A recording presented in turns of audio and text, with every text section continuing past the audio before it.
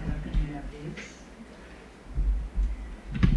Hoje a gente vai bater um papo sobre alguma coisa bastante interessante, que todo mundo tem bastante: paciência.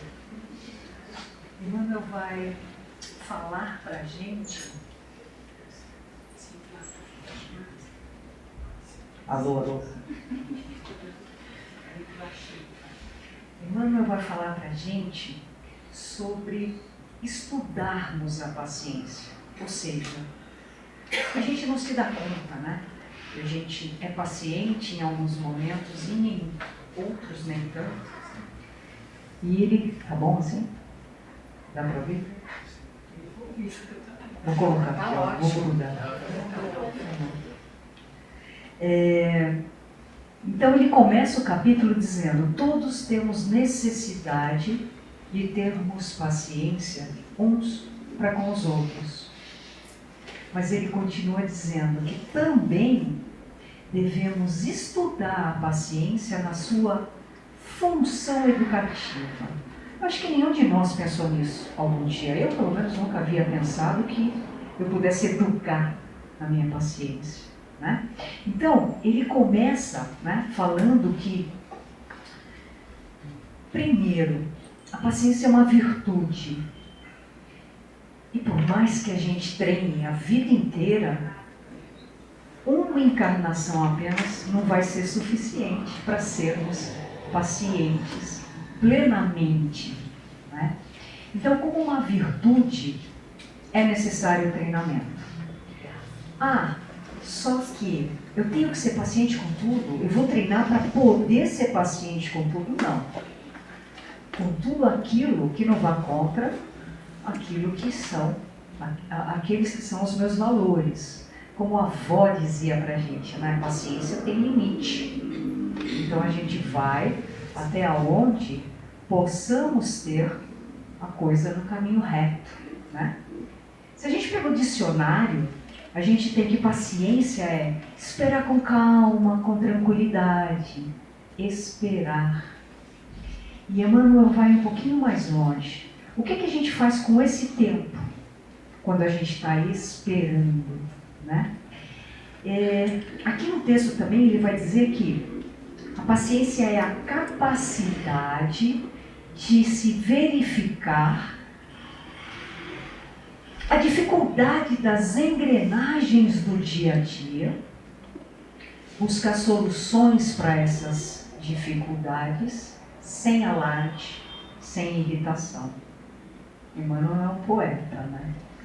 Agora, é assim que a gente deve agir, ou pelo menos começar a pensar em agir dessa maneira.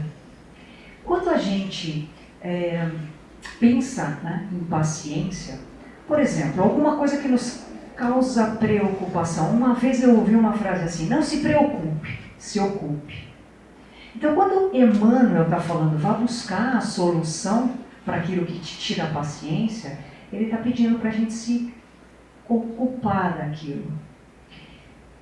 E o não se preocupe, eu acho que a gente pode mudar um pouquinho. A preocupação é uma coisa importante. Se, por exemplo, toca o apito de incêndio lá no prédio, eu vou me preocupar. Nossa, o que será que está acontecendo? Mas eu não vou ficar só preocupada. Eu vou buscar a solução. Eu saio do meu apartamento e vou descer pela escada. Todo mundo sabe disso. Se eu tenho uma dor, eu acordei de mau jeito. Foi só um mau jeito da noite. Vamos ver se eu alongar. Só que se isso se perpetua, eu estou preocupada, eu vou apenas ficar preocupada, eu vou atrás disso. Então Emmanuel traz para a gente que, primeiro, nós temos quadros de preocupação conosco e preocupação com tudo que é externo. Quando a gente tem a preocupação com coisas que estão no nosso controle, fica um pouquinho mais fácil, né? Nem sempre. Às vezes acontece alguma coisa, a gente bota a mão na cabeça e diz: isso não é para mim. Comigo sempre dá errado. Algumas pessoas falam: o galho torto vai sempre dar uma sombra torta. Ao invés de pensar: puxa, que galho torto bonito, que dá uma sombra tortuosa linda, que tem a seiva passando por dentro para criar aquela flor, para mais adiante o fruto, para alimentar as criaturas com aquele fruto. Então nós precisamos começar a ter paciência conosco, porque às vezes a gente se irrita com aquilo que a gente não consegue. E isso é um ponto muito importante para Emmanuel. Vamos começar a treinar a paciência conosco. Alguma coisa ruim aconteceu, mas eu vou me manter tranquilo. Aconteceu, estava fora, eu não posso controlar. Então aí ele vem falar da paciência com as coisas externas. Então, se algo acontece, eu vou buscar a solução, como ele já disse. Eu fiz tudo o que eu já podia. Então, o que eu faço agora? O que eu faço a partir do momento que eu já fiz tudo? Então, a gente pode colocar aqui, né, o início, onde Emmanuel pega uma passagem escrita por Lucas, onde Jesus diz: é na vossa paciência que ganhareis as vossas almas. E o que ele quer dizer com isso? Se você tem paciência com você, você tem como controlar suas emoções, como se manter equilibrado, como se manter feliz, ou como não se envolver em energias que você não precisa se envolver. Então isso é muito importante. Primeiro eu treino aquilo de me autoacolher. Aquilo que eu acho que eu não consigo, eu vou ter paciência comigo. Eu vou tentar ir atrás, eu vou tentar aprender. E quando as coisas acontecem que são de fora, eu vou tentar resolver até onde eu posso. A partir dali, eu não tenho mais o que fazer. No Evangelho segundo o Espiritismo, tem um capítulo, é o 9º capítulo, que diz: bem-aventurados os brandos e pacíficos. E aí, não é ser brando e pacífico só com o outro, é para conosco também. Obviamente para conosco. Mas tem um item nesse capítulo, que é o item 7, que fala sobre paciência. O espírito que fala sobre isso, ele se identifica como um espírito amigo, né? Ele não diz o nome, mas ele vai dizer o seguinte: Deus está com vocês para treinar a paciência. Ele não fala desse jeito, mas ele vai dizer o seguinte: Deus coloca na nossa vida pessoas, situações, no nosso dia a dia, desregulando aquelas engrenagens que Emmanuel falou, para que nós possamos treinar essa virtude. Então, quando alguma coisa acontece e eu olho para cima e digo: ai Deus, por que comigo? Deveríamos agradecer. Obrigada, Deus, eu vou poder treinar mais um pouquinho dessa virtude. Por quê?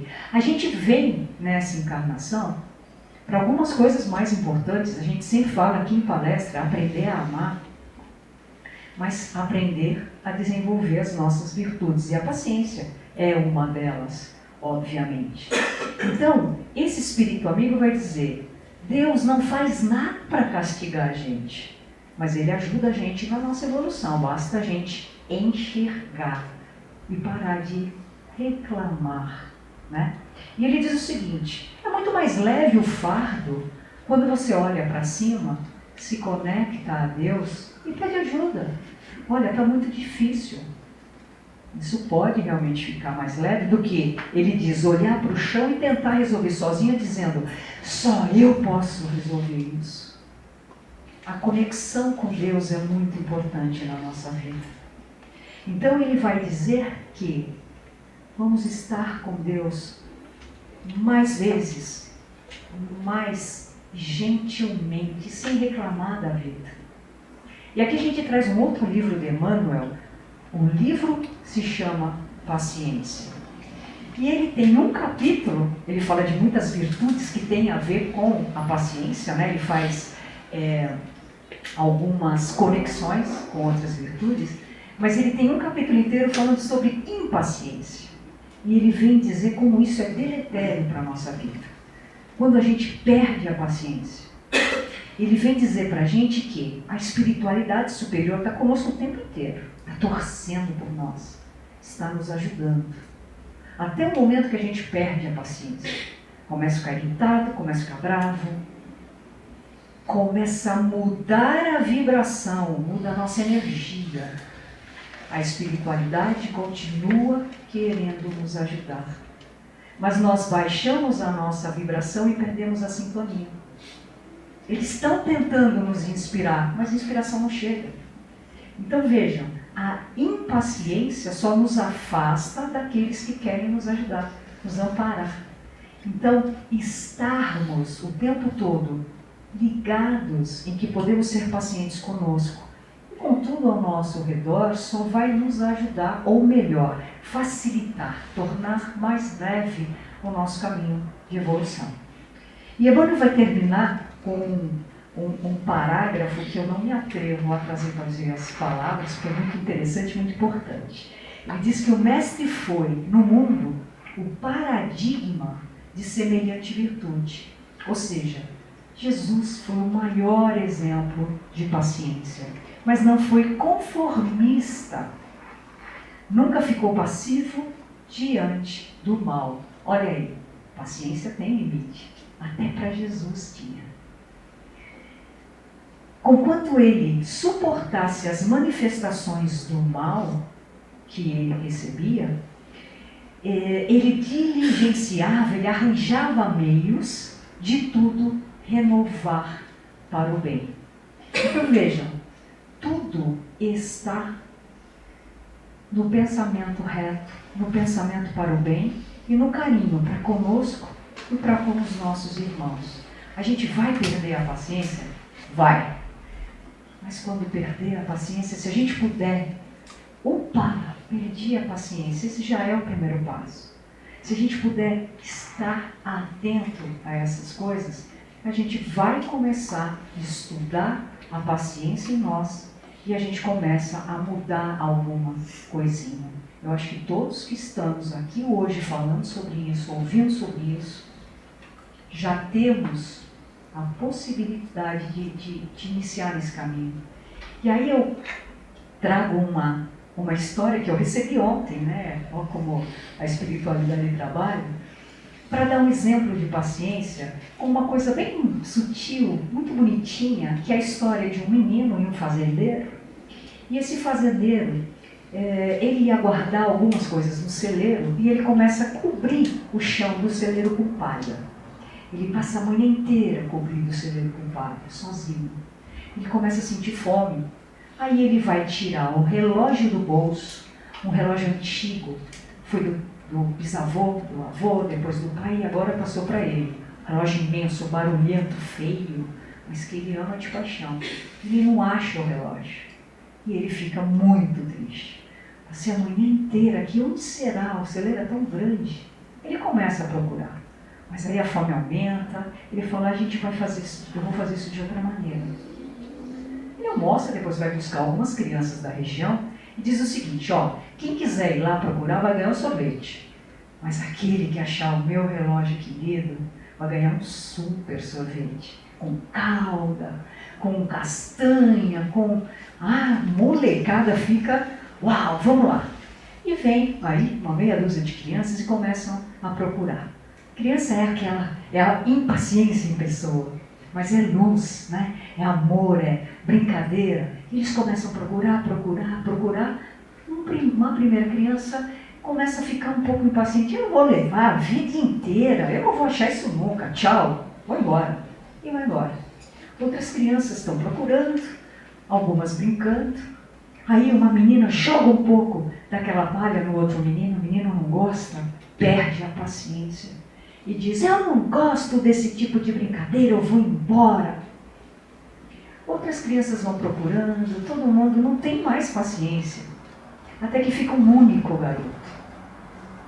Esse único garoto, depois que todo mundo sai, sente aquele silêncio. E ele olha e fala, eu vou achar esse relógio. E eu vi como o tiozinho está triste. Claro que eu quero sorvete. Mas ele está tão triste. Eu vou ajudar. Mas ele já estava cansado também, já estava ali há mais de meia hora procurando. E ele senta um pouco para descansar, começa a olhar o celeiro. Ele vê que tem um ninho ali no canto. Aí ele respira fundo. E aí ele começa a procurar. Eu estou sentado, enquanto eu estou descansando, eu já vou procurar. E começa a procurar, não encontra. Vai um pouquinho para frente, sempre sentado. De repente ele sai com o relógio e entrega para o fazendeiro. E o fazendeiro fala, mas como? Todo mundo procurou, eu procurei. Como você achou? E ele diz, quando todo mundo que não tinha paciência foi embora, eu me sentei quieto e pensei, eu preciso ajudar o meu tiozinho. Eu quero vê-lo feliz. Eu quero sorvete também, mas eu quero vê-lo feliz. Só que eu estava cansada e sentei no chão e fui sentando. Mas o seu relógio, tio, é tão barulhento que de repente eu comecei a ouvir o tic-tac. E ele sai com o relógio. Então, que essa noite a gente possa ter esse exemplo, né? Dessa paz, dessa criança que resolveu olhar para o outro, que resolveu ajudar. Não tinha só o bônus. Ele viu o sofrimento do fazendeiro e falou, não, eu quero ajudar. Ele é bacana, ele vai me dar um sorvetão, eu quero ajudar.